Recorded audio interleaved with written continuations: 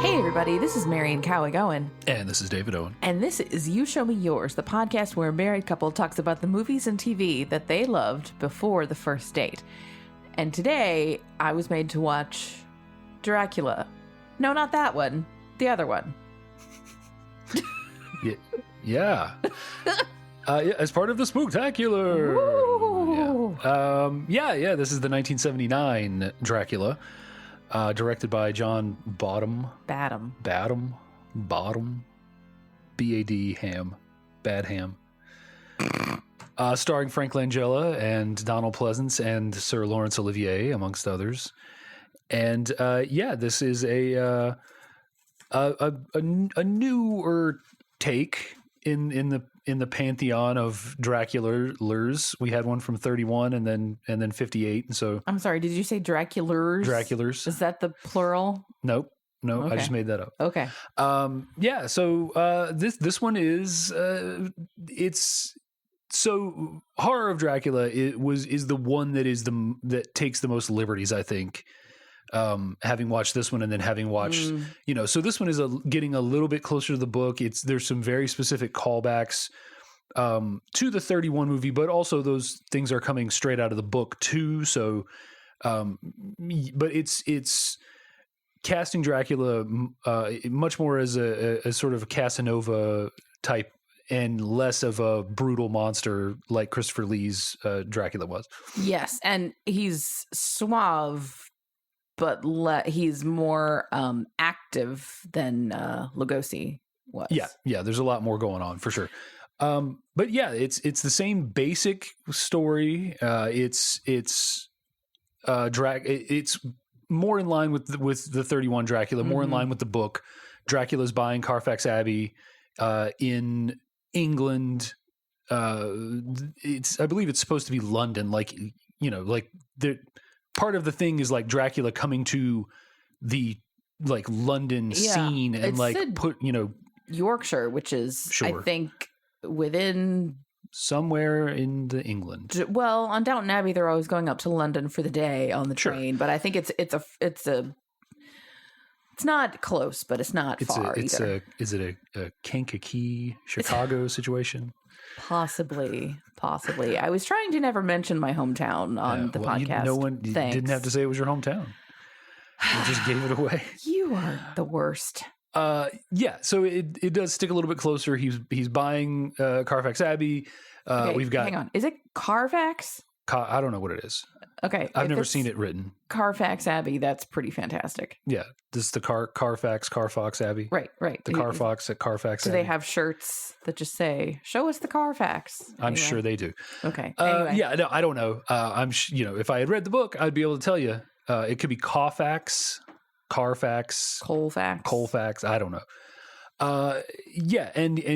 We've got Dr. Seward is back, and he runs the asylum again, the sanitarium again. Ooh, this is a disorganized asylum. Renfield is back. Arthur is gone again. Mm-hmm. Lucy and Mina are back, though they are switched. Confirmed they are switched this time. For no discernible reason. Mm-hmm. And we got the same old Dracula storyline in which he first victimizes one of the two women and then seduces and wants to basically become forever partners with the other, forcing Van Helsing and Jonathan to save her. Yeah. Although, so at the end, are we meant to think that you're jumping ahead here. Yeah. Okay. So start with the gangbusters. The burning question. Okay. Yeah. Are we meant to think that he's actually dead? Yes. Okay. Well, so I say yes because if he's not dead, then Lucy is not cured of vampirism. So within the context of this movie, I don't know. Within the context of the story of Dracula, Bram Stoker's Dracula, he dies, which allows Lucy to be cured of vampirism. She appears cured, So the way that this movie ends, which is unlike the book and unlike previous movies we've watched, is they track Dracula. So like in the book, Dracula flees with his female conquest. In this movie, it's Lucy. And he's trying to go back to his homeland because his soil that he has here that he has to sleep in because that's his vampire thing. Desecrated. It's all been desecrated with holy wafers. And he's trying to flee back, and there's an almost comedic chase scene where they're chasing a wagon in an old style car, and the horses are going crazy, and the guy falls off who's driving the wagon, falls off and dies. And the wagon still makes it to the coast, and they end up the coffin containing Lucy and Dracula ends up on a boat, and our heroes Jonathan and Van Helsing go out to the boat. They just wrangle some random guy to intercept this literal sailing boat. Like clipper ship. And they just kind of force their way on because all the sailors speak Romanian and they don't. And what are the sailors thinking? These two pirates just force their way on. Yeah, I think there's I want subtitles. Yeah. And anyway, they have their final showdown, which ends with a dying Van Helsing hooking Dracula onto a hook that is attached to a winch and whatnot. And he gets hoisted up to the outside and in the daytime and burns up. Doesn't burst into flame though, which I expected, and so I kind of thought he was going to get out of it. He becomes an old man vampire thing, husk. Yeah, and then Lucy is revealed to be apparently cured because her vamp stuff is gone, and then the body breaks free from the hook and flies away like a kite. And tight close up on Lucy, who kind of smiles as she watches it fly away. It's the kind of smile that could mean, oh, thank God that's over, or they think it's over. Right. And he before they go in the coffin, he does say, you're going to have to basically continue to be amongst the living for a little while longer, but I'll come for you later. So, like, did John Badham ever get to? Yeah, I feel like this make is his sequel? Setting it up for there's going to be he's making a sequel to a 100-year-old book, which honestly rarely goes well. Yes, let it end where the book ended. Don't improve upon it. So question mark. I mean, if we rely on the source material. Yes, he's supposed to be dead. But also, in the source material, do you know how Dracula's killed? I don't. With knives. Oh, not wooden stakes and not sunlight. He is stabbed and then beheaded. Oh. Yes, not sunlight, not... Yeah, we will be treated to what I am told is the most accurate on-screen death of Dracula in terms of matching the book next week in the Francis Ford version of Dracula. Yes. So we've had him killed.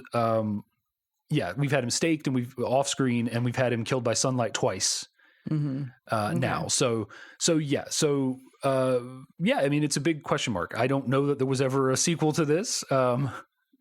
It is up in the air. Like, I can buy it if you're selling that he's still alive at the end. I could buy that. I mean, he hasn't lived for 500 years without learning a few tricks. Really? Yeah. Yes. Totally.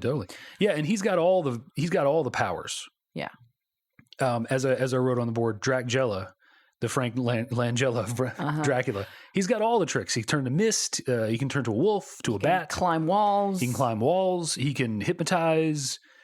He can open doors. And I need to confess here how very wrong I was about Frank Langella as Dracula, because I had only known him in his older state. I think the first time that I saw him was in Dave, which was...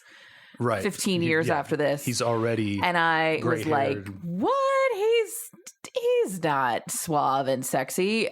Yes. Yeah. He is. 78 Frank Langella can get it. I am almost embarrassed to say this, but not really. There's something about like he's got the eyes and he has these full lips and he shows a fair bit of chest. Yeah, he does quite a bit of open. His blouse is open several times. There's a lot more bare chest in this from both Dracula and the ladies, and no actual nudity, no censor, but there's a lot of nudity. Imagery, and I mean, this is definitely sexy Drac. Oh yeah, they have vampire laser sex in this, like full on Floyd laser show, suspended. Hovering, crazy sex, weird. This movie's got some really cool visuals in it. The cinematography in it is great in places. The far off shots of the Abbey are really great. The Abbey itself, like the set, it is so spooky old castle, like almost too much. It's a lot of cobwebs. Yeah. I was thinking, because, as soon as October hits, everyone goes with the spooky season memes and various things that they share on Instagram and all that stuff. And one that I see frequently is, it's October, so now the cobwebs in my house are Halloween decorations. Yes. The set decorator there went all in. Yeah, and there's all kinds of just great design to it. Like there's a reverse, like there was a point where you were like, is that a big bat? And I don't think it was, but the reverse angle of that door, like the door has like a face over it, like a crazy face carved over it and stuff. Like I think if it wasn't a bat, it was meant to kind of look like certainly a bat. It was giving you that imagery. And there's a couple things where we see them through spider webs, and they're not like the gross dusty cobwebs, like they're the like actual spider webs. Cartoon ones, where like it's and you an actual spider. But there's a lot of bugs here. Oh yeah. And this brings back the Renfield that eats bugs. And the only bugs that I really cannot tolerate are roaches, and there's far too many roaches for my taste. Oh, Renfield loves roaches. It's like his number one. Oh, yeah, gross. But there's a lot of stuff like the sexy laser show. That one's great because it's like they turn the camera on its side so that they're just standing there, but it looks like they're suspended in air. Yeah. And then they've got that fog machine laser swirl in bright red going on behind them. And it looks great. It's the silhouette and the shafts of light, it looks wonderful. Another thing regarding sexy that I noticed, so I have not seen any of the adaptations of Pride and Prejudice. I'm really not a proper Gen X woman because I don't love Pride and Prejudice, but somewhere in one of them, I think it's the 95 one with Colin Firth, I'm not sure. There's a point where the hero helps the heroine into a carriage and their hands touch, which is like, skin to skin. And you're supposed to think that he's so overcome by her touch that as soon as he puts his hands back down at his side, he kind of flexes his hands, like, and that's meant to be like, oh, it's swoony, da da da. I don't know. I'm not a P&P fangirl, but anyway, that is one of the apparently slightly sexy moments in a movie with very little sex because it's all proper in Regency England. So now we come to this, which is a very sexy Dracula, but Dracula does also a lot of hand flexing as part of his hypnosis. Like he just which is like his control. Crooks his finger and people are like, oh yes, let me follow you. So I thought it was funny. The hand flexing is a constant, even though still there. Nothing else is. Yeah. This one, like we said, Lucy and Mina is switched. No idea why. It's not plot convenient in any way. They literally just take everything that Mina's supposed to do and have Lucy do it, and vice versa. And Mina is Van Helsing's daughter, which I don't think is not sure on the accuracy on that. Yeah. I don't think Van Helsing had any daughters before or family or anything. He just sort of showed up. Yeah. I'm not real sure. And so characters are missing, characters are switched, but it doesn't really hurt the overall narrative. Like I said, it's just name switch. Like we said in the last movie, some of the Arthur stuff and Jonathan stuff was switched because they killed Jonathan in the first act. Right. I mean, it gets us there where we need to be. They cut off everything in the beginning about the actual sale of the Abbey. Yeah, and Renfield doesn't show up until we get to England. He's just a harbor employee or something who Dracula he's somehow takes. related. Like, he's somehow he's in there. He knew about some stuff. I don't really know exactly. I think I wouldn't have understood what was happening to him there if I hadn't seen the 31 version. Yeah. Because the 31 was much more explicit about Renfield is normal. Renfield shows up. Renfield gets bitten. Renfield is not normal. Right. And here I was just like, okay, I guess we're relying on previous storytellings to get me through this one. Yeah, this one starts real fast. Yeah. It starts with the boat, which is completely not present in Horror of Dracula, but is like a very big Dracula trope thing, that he rides on. He takes this slow boat across the ocean and has to basically eat the whole crew on the way over. And this like ghost ship with just crazy Renfield on it comes into the harbor. Like, whether that is something that is in my mind as a Dracula thing from the 31 movie, or if it's actually in the book, I don't know for sure. But yeah, that's something that's just in my head. And there's a lot of like homage to the 31 movie with a lot of the way things are shot in the boat. The wheel turning by itself, stuff like that. There were a lot of shots of rats in this movie, and so in my head I could hear rats. I don't want to be around rats ever, but on screen also we've been rewatching Stranger Things, and we just saw the first episode of season 3 where the rats explode and they're all like plump and juicy and gory, and I was thinking that too. Juicy like a cockroach. So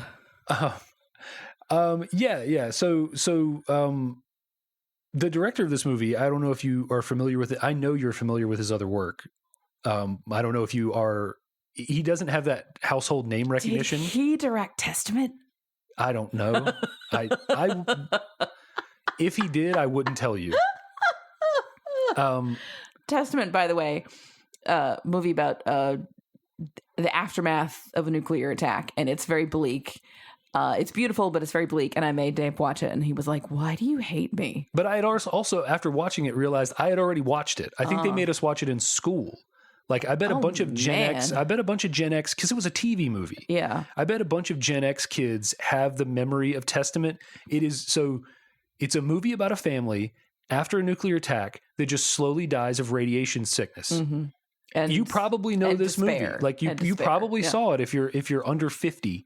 If you're between like 35 and 50, you probably saw it in school. Well, and it was on American Playhouse, so it's serious. You either saw it in school or like after school or like after your parents made you watch it or whatever. But he did not direct this. I don't know if he did. I don't know if I knew the person that did. I would never watch a movie by them. So I'm trying not to figure out who directed Testament. So this movie was a follow up. So basically this director was directing television stuff, spent like the later half of the 70s and all of the 80s and some of the 90s directing features, and since has just gone back to directing television episodes. Oh, okay. It's a really weird career arc. This movie was his follow-up to Saturday Night Fever. What? Yes. Wow. Yes. That is a mood switch. Yes. Also directed Short Circuit. That puts a whole other spin on Number 5 is Alive. Also, let's see. Let me just pull up his. So a few that I am very fond of. Nick of Time, which is a Johnny Depp movie that I believe takes place in. Finish what you're going to say. I can see the poster, but I may have seen it, but I couldn't tell you what happens in it. I believe its gimmick was it takes place in real time. Okay. It's like at the 15-minute mark of the movie, the guy's like, you have 83 minutes to do blah, blah, blah. Okay. And there's 83 minutes left in the movie or whatever. Drop Zone, which was when they were still trying to make Wesley Snipes a thing. Okay. He directed Stakeout and another Stakeout, as well as... Is that the one with... Rosie O'Donnell? No, that is the one with Richard Dreyfuss and Emilio Estevez. Okay. And Madeline Stowe. But also he directed War Games. Wow. Yes. So that 75 to 85, that was his peak, is what you're telling me. I would say his final his final thing that really Nick of Time in 95, Incognito in 97 appears to be his last major Hollywood movie. That is Jason Patrick. Oh, wow. That's a blast from the past. Yeah. Yeah, and a bunch of people yeah. So, but yeah, Nick of Time, Drop Zone, Stakeout, another Stakeout, Point of No Return, which was where they were Bridget Fonda? briefly trying to make Bridget Fonda an action star for like a movie. And was that was based on La Femme Nikita, right? I think so, yeah. Gabriel Byrne is in that. How do I know all this stuff? Jeez. It's your sponge. Yeah.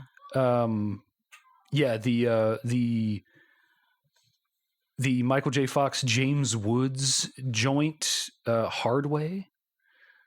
Back when buddy action comedies was a thing. Oh boy. Yeah. And then he just goes back to directing television and is still like directing short films and television to this day. So like, had a couple of hits in the 70s and 80s and was given, a bunch of scripts and made a bunch of movies, and then that was it. And, for whatever reason, he wanted to roll his Saturday Night Fever fame into making a Dracula movie. I don't know. And the other thing to note is this is Universal getting back into the Dracula business. Mm-hmm. So after... Oh, that's right. After all the years. But they don't have the thing at the end. It's a Universal movie. Yeah, no. It's a Universal movie. No, literally, y'all. That's what it says on the screen at the end. At the end, yeah. Well, we're talking about the director. The only thing that I thought was interesting, one of the things I noted while we were watching this movie is it's extremely desaturated. Yes, it looks like it's shot in sepia. Yeah. Oh, yeah. Except for which makes the laser sex scene just stand out. It's bright red, makes it stand out all the more. Yeah. So this movie originally the director wanted to shoot it in black and white. Oh. But they basically were like, nah, like that's a little too on the nose. Remaking making a Dracula movie and then doing it in black and white. That's too on the nose. We want you to do it in full Technicolor, full color. And and that sort of like 70s saturated color that you got back then, where everything was just everything in like the 70s, especially like thinking Saturday Night Fever, everything was just a little bit too saturated almost. So in the 91 Laserdisc release, he desaturated the film to where he wanted it, so that there's a hint of color, but it's very desaturated. And apparently that's the only print that survives. So like everything that's made now. Oh, interesting. So if you'd seen this in the theaters, it would have looked different. Yes. Oh, interesting. Yes. Or if you watched it on television prior to 91, anything like that, so the Laserdisc transfer is the highest quality transfer that they have left, I guess. So DVDs and Blu-rays and whatever format they come up with next going forward, all the Ultra HD stuff, it's all getting printed off the Laserdisc, not the original film. So interesting. Everything, so the color, the Technicolor version of this movie is like effectively lost to time. Well, I thought it was interesting. So this is on what I describe as the moors in England. I don't know if the moors are a particular area, but it's cold and windy and kind of bleak. And yeah, I think it plays into it. Yeah. Well, and there's a scene where Dracula says, like, he's awake during the day, but he's inside, and he's like, oh, after I've gotten my rest, I just need to stay out of the sun. Yeah. And I think, going to other vampire movies, in the Twilight series, I think there's a line that says, oh, we decided to be in the Pacific Northwest because it's usually not very sunny. Yeah. It's cloudy, so we can be outside and we can be normal. And so I'm wondering, did Dracula pick this part of England specifically because it's not very sunny and he can be out more? And so the desaturated color kind of contributes to that feeling of it's cloudy, it's overcast, it's just kind of bleh. Yeah. And it's never, kind of it's dusk at 4:00 and it's not dawn until 8, like that kind of wintry light. Yeah. I don't know if knowing now that was not the original print, there's nothing to read into it, but I'm still gonna. Well, I mean, he wanted it to be black and white, and I think he went out of his way to desaturate. So I think, I think there was an intent there. He just had to film what he had to film. Because like he probably, while he was probably a big enough deal to get this movie made through Universal, or to get the reins of it, didn't have the clout enough to shoot it in black and white. There is a scene that I would really like to see in the full original color, where Dracula comes to pay his respects to Mina after she's been buried, and it looks daytime, but like extremely overcast daytime. And I would love to see how that scene played out, because it could have been dusk, it could have been but it's so desaturated, you can't get a read on, is this early morning before sunset? Is this right before, or before sunrise? Is it right before sunset? Is it the middle of the day, but it's overcast? Yeah. You can't get a read on it at all because of the film saturation. Because I feel like there have been scenes in the previous 2 Dracula movies we've watched, and other vampire ones too, where it's light outside, but they say, oh, the sun's not up. So like there's this like soft pre-sunrise light. And so is it sunlight? Or just direct from the sun, or it's a little bit of loosey-goosey as to what hurts a vampire. I think it's usually depicted as the direct sunlight, like to the point where, like in Horror of Dracula, the finale takes place during the day, but it's not until a curtain is pulled down and direct sunlight can hit him. Because like during the day, ambient sunlight is everywhere, like bounce sunlight is like, it's everywhere in an interior structure. And lots of movies do a really good job of playing with that. Like Near Dark does a good job of playing with that, where there's plenty of ambient daylight, but the direct sunlight is blocked out when they like foil up the windows and stuff. So I think it's direct sunlight, or in the case of this, of Dracula, like sunspots and like solar flares that kill you. Because like somebody must have had NASA must have just had released footage of like, we got this new filter where we can zoom in on the sun, and we can actually take, it's whatever they call it, I can't remember the name of it. There's a specific type of solar filter that allows you to like really see the sun. And they have these like close-up shots of the sun with like solar flares jumping off of it. I feel crazy, like I saw as he's dying. bubbling gases right there. Yeah, it was that was pretty intense. It's pretty crazy. Yeah. Not just the sun, but like he looks at the sun, he looks all the way to the surface of the sun and sees like fire radiating off of it. Well, and he did not honestly look as burned up as I would have thought. After that, he just looked like he had, a bad case of smallpox or something, not, charred to ash, which is what we've seen in some of the other movies. Well, in Horror of Dracula, he literally turns to ash. Which is, again, why I think there's room for a sequel. Like, haha, my darling, I came back. I did not die. I just flew away. Let's get John on the phone. Yeah. Frank Langella is going to be like, no, I'm going to pass. He's got to pass the torch on to somebody. Yeah. Speaking of Frank Langella, there is a thing that I learned about Frank Langella in the lead up to this movie, and now that I know it, you cannot unknow it. I can't unsee it. Okay. He has a condition that causes his eyes to vibrate side to side occasionally. Oh, and that seems handy. Once no, because it can be. There are times where you see it happen and you think like, is that like an emotional, like I'm looking into someone else's eyes and I'm looking side to side, like, but once you know that it happens, because they apparently shot around it on this and they shoot around it on most of the things that he's in.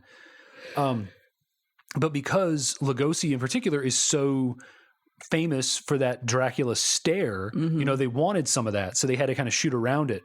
But once you know that he does it, that's all you see. It's all you see.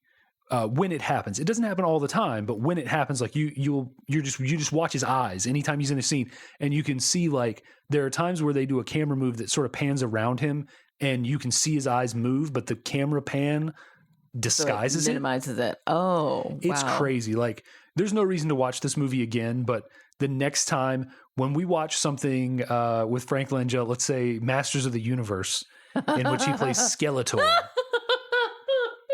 I didn't know that. Watch his eyes when he's on camera and see.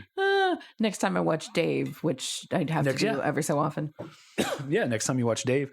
Yeah. Also, I'm totally gonna watch that now with in my head that he's actually a vampire. Oh yeah, totally. And he's trying to become president of the United States so he can take over the country. This is what happened. He flew off, and that he didn't. That's just what he looked like after he made it to safety. Right. He now looked 20 years older. Mm-hmm. Yeah. It was the sun damage. Sun damage ages you. Oh, totally. Right. Yeah. So I'm trying to think. So this movie had a lot of parallels to the 31 version, including Langella was doing Dracula in a stage play when they decided to make this movie. So so much like Lugosi was doing this on stage when his version of Dracula came to life, and then Langella, same thing, doing a stage play version of Dracula when this movie ended up coming to fruition. And not to mention all the other stuff, a lot of visual cues, and they bring back a lot of the lines, which are actually from the book, but children of the night and all that stuff. I never drink wine. Yeah, that one is much less dramatic when Langella. Well, he doesn't have the Central European accent either. He just sounds British, which is odd, but okay. Yeah, I'm trying to think. Is there anything else I want to hit about this? I feel like there's got to be some other good stuff to talk about. Well, here's a question. Why does Dracula not drink wine? I don't think he drinks or eats anything. Oh. Because so when I did notice they're taking the dishes away after dinner and his bowl is full. Touched. Like his soup bowl is like full. Yeah. Yeah. I don't think that Dracula eats anything. Okay. Feels like you would just sort of take it and fake it. Yeah, that's probably there's probably some case to be made for just like faking it. Yeah. Or I wonder, is this Jesus drank wine, therefore, or red wine is too close to blood, or there's probably some way to explain it away. Yeah, maybe. I think it's becoming clear. One of us needs to read the book and see if some of this stuff is explained. And by one of us, I mean me, because I know it won't be you. I nominate you because it'll take you like an afternoon, whereas it'll take me a month. Yeah. Oh, no. Depending on, if it takes me a month, it'll take you 3 months. Yeah. I mean, I think it'll take you an afternoon and it'll take me a month to read it. Yeah, for sure. Anything else? Anything else jumping up? We're hitting this weird point where we've talked about the same basic story 2 times now. Mm-hmm. So, I don't know what more we can really do. Well, I always am delighted when I recognize character actors in things. So Lucy is played by somebody named Kate Nelligan, who I know I've seen her in something, but none of her credits are things that I remember seeing. So, but anyway, I like that though when I recognize somebody, because that, I don't know, makes me feel better. But yeah, and there's a bunch of actors in this that are like that, where I look at people and go, I've seen that guy in something. I gotta say, I did not recognize Laurence Olivier. I must have never seen him in anything. I was expecting to be like, oh, him, that's great, and I was like, really? That's okay. Yeah, I think it's it's one of those things where the only things I can recall watching him in, he was younger. Maybe that's it. And so maybe that's it. Yeah. And he's, he's chameleonizing in this, he's got the accent going and everything. And yeah. There is a character who he's not quite Martin the Orderly, but he works at the asylum and he's kind of a patient wrangler and, blah, blah, blah. And I don't even remember his name, but I was like, I know that guy. Where have I seen him from? I thought, is he some grumpy old guy at Hogwarts and Harry Potter, or what is it? No, he was on All Creatures Great and Small, the 70s version. It was the long-suffering, put-upon servant of this eccentric lady named Mrs. Pumphrey, who had this dog that she treated with She treated like a king, and Hodgkin was his name, and he had to take the dog out for like daily walks, and he hated it. And fantastic character. And so anyway, that was a delight to see. Yeah, and this is a British show that is of personal significance to you. Yes. We called it the Dog in the Car Show because in the credits there was a dog in a car. I mean, when you're 3, you come up with very obvious names for things, but yes, I feel like if we ever do get around to talking about TV shows on this podcast, that's going to be one of them because that was very formative in my in my youth. Yes. But anyway, Hodgkin, grumpy Hodgkin on here. It was nice to see him. Yeah. And I mean, I think really like there's not a whole lot more to talk about. I mean, it follows the same story beats. I don't know that it does anything super different or interesting besides the ending. Well, okay, no, here's the thing. Why do you suppose so this is set a little bit later than the other 2 movies. I mean, there's automobiles, so it's, 19. Yeah, not that much later. 10, sure. 20? Yeah. Why? It seems like the only difference is so they can have the car chase. Yeah. Or you can have Lucy be that much more modern of a woman. Like when we first see her, she's reading a letter that talks about how she's going to do so great at law school, which seems a little early for that to be a thing. I think it would have been possible for women to go to law school at that point, but still pretty unheard of. Yeah. Maybe it is just to soften some of those edges. And one of the things that Dracula is attracted to about Lucy is she's an independent woman. She's like she's a strong woman. So that's he's quite progressive apparently for the time at least. Count Dracula, feminist. Right. Noted feminist. Right. Well, the later though that this is set, the more curious it is when you have somebody like Mina who is just frail, like, oh, she's always been weak. Yeah. And you're like, okay, but we could figure out what that is now. What's going on? Maybe here. Yeah. And I think like this is set close enough to the original, that I think it's like the original is set sometime in the late 1800s. Like it's the kind of thing of like having a something that was set in the 70s take place in the 90s. Well, sure, but it's close enough. Well, I mean, I think that's if you're far away from it like we are, then you're like, sure, that's, it averages out. But if you were alive in that time, you're like, that is completely different. Yeah. I mean, I guess. I mean, it's like seeing a woman come into a room in 1955 and be like, I'm going to live with my boyfriend and we're going to have children and not be married. Like, well, maybe somebody did that, but that was not the norm. Yeah. I mean, I'm just like Googling around a couple things. Like, it looks like cars were in England in the 1890s. Oh, well, okay. What do I know? And I guess they were like that's more like they were being invented in England in that time, or like the English cars were coming around in the 1890s. So the one that he has probably wouldn't have been their production until like the closer to the teens. Yeah. Or the well, and they are. I mean, I think they are meant to be sort of a wealthier group. So maybe that. Who knows? Yeah, he's a solicitor. He's a lawyer. Harker, who has the car. Yeah. Jonathan Harker. Who I feel has like the car. at the time, based on what I've seen in the Dracula movies, solicitors are half lawyer, half real estate agent. Oh, yeah, They seem to be arranging leases a lot of the time.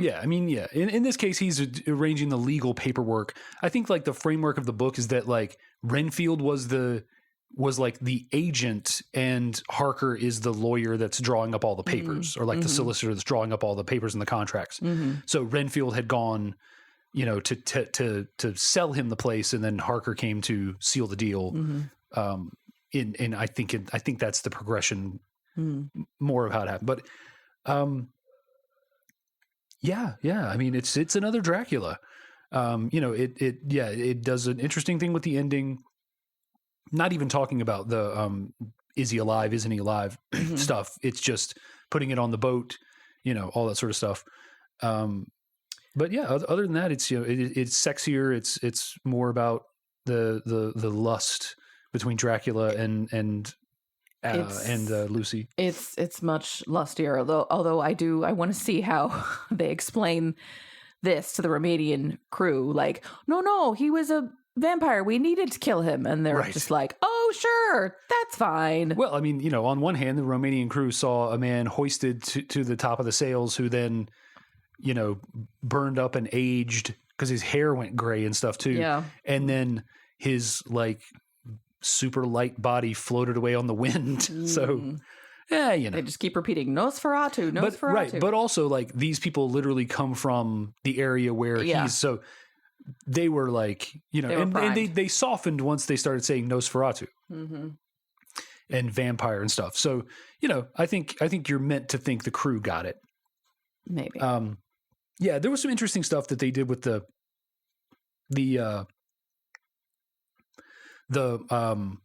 mines in the town. Yeah, that was an interesting twist because. Yeah, before it's just been, Mina's buried. How did she get out of the grave? We don't know. Right. Like, yeah, in this one, she like basically kicks her way through the side of the coffin and gets out into the mines. And that's how she escapes to become like the lady in white and eat a baby. Yeah, that was a little graphic. We see a baby on the ground with blood spilling out of its neck. That was, oh boy. Yeah, that was pretty rough. But yeah, I mean, overall, this is probably the most digestible of the three that we've watched. I think Horror of Dracula was better as like a horror movie / like thriller, but this one is getting across the love story that is only superficially there in Horror of Dracula and just sort of very lightly there in the 31 movie.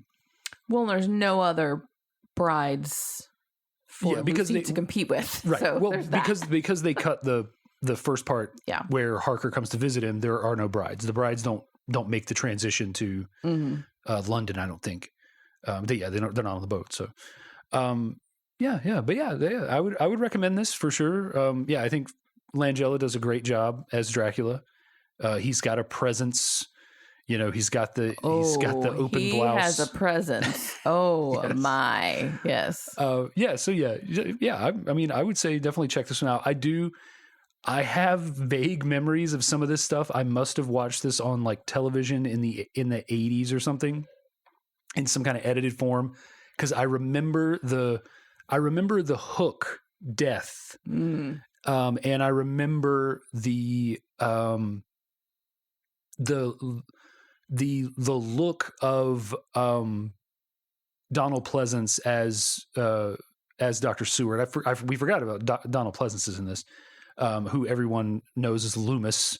If you know him from anywhere, you may know him as Loomis from Halloween, the guy who hunts Michael Myers. Oh, okay. I was like, I know that name. Where do I know it from? Okay. Yeah. Okay. He's the doctor that hunts Michael Myers. Okay. And his shtick in this movie is that he's always eating.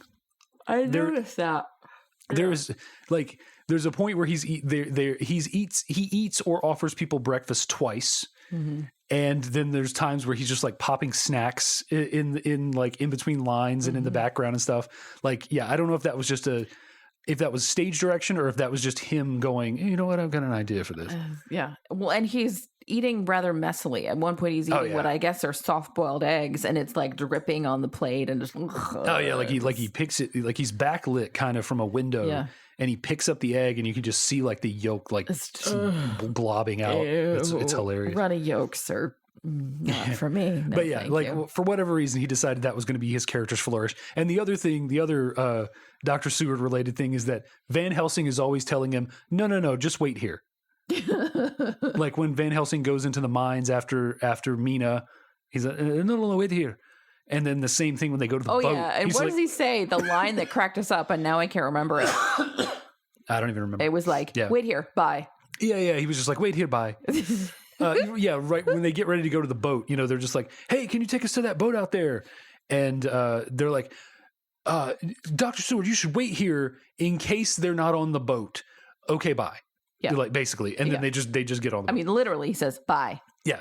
It's pretty funny. Seems a little out of character, but there were a lot of things in here where I just sort of giggled. Like, it wasn't meant to be funny. It was only a little bit funny. It wasn't as... it was just an unexpected visual. Like, because they do a lot of the Batman walking up wall kind of thing with Langella, where they're just turning the camera and then he's just like skulking down the side, you know, like on a wall or on the ground. And it looks, it just doesn't work in your brain at first. And there's a lot of stuff where he's a bat and the bat's hanging upside down, and then he transforms and he's still hanging upside down. And just yeah, the bat much better than the 31 bat. Oh yeah, you know, just it's not but it's still it's like an ultra realistic bat, but they still have to like jostle it to make it like, you know, flap its wings and stuff. It's still pretty fun. I could have done without the bats. Yeah, this episode's revealing a lot of my real dislikes: cockroaches, bats, and soft-boiled eggs. Yes, runny we food. Make a horror movie with all those That's it. That's it. A runny, soft-boiled bat filled with roaches. It's the roaches are coming out to try to get the soft-boiled egg bat from me. Bat. Yes. Yeah. All right. I think that's it. I think that's Dracula 1979. I wish that I was recalling anything more that was worth talking about. I mean, we're coming in at, you know, roughly average episode length here. So, you know, I guess we can't really complain. I feel like this is worth watching, if only to expand your appreciation of Frank Langella, which I had none of before. And now, If you're like 45 or 50 and under, your knowledge of Frank Langella is all of his later roles, you know, his stuff in the mid to late 80s and everything through the 90s and 2000s. So it'll give you a side of him that you haven't seen for sure. Mm-hmm. This is a sign of how much I trust you and respect our marriage, that I'm letting you see my appreciation for this Langella. I'm sorry. Is that for Dracula? Yes. All right. Well, yeah, I guess that's it. Yeah. So that's 1979 Dracula, everybody. We would love to know what you think of this version of Dracula. What do you think of Frank Langella, and why do you find him sexy? Okay, I'm really going to stop that because I feel just like sort of icky even talking about it. But you've taken it too far. I know. I'm sorry. Rewind it back. We would love to know what you think. You can drop us a line either on Facebook or Twitter, or send us an email. Our handle is the same for all three. It's YSMY Podcast, YSMY for You Show Me Yours. You can send us a message on Facebook or on Twitter, or you can send us an email at gmail.com. Also on Facebook and Twitter, we post links to our latest episodes. They typically come out every other Wednesday. So 2 weeks from today, no matter when you're listening, there'll be a new episode. Except in October, when we have a new episode every week as part of our Spooktacular. And this year we are doing all Dracula episodes. This is the third of 4. Next week we are doing, what are we doing next week, Dave? Next week we're doing Bram Stoker's Dracula, directed by Francis Ford Coppola.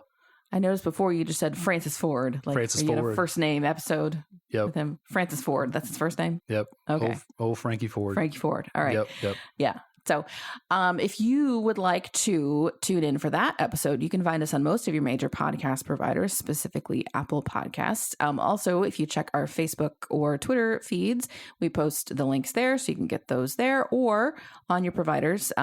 If you can subscribe or follow, or whatever the parlance is, you'll get the latest episode right in your queue. While you're there, we would love it if you would rate and review us. That lets us know that you're listening and that you like it, and helps us move up the charts so more people hear our episodes. And let's see. Yeah. Next week, the last in the Spooktacular. Every 2 weeks after that, I think that's all we got. So this has been You Show Me Yours. Until next time, thanks for listening. Bye. Bye.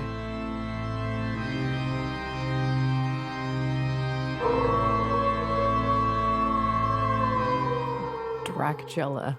Did you spend a lot of time thinking about that? No, none at all.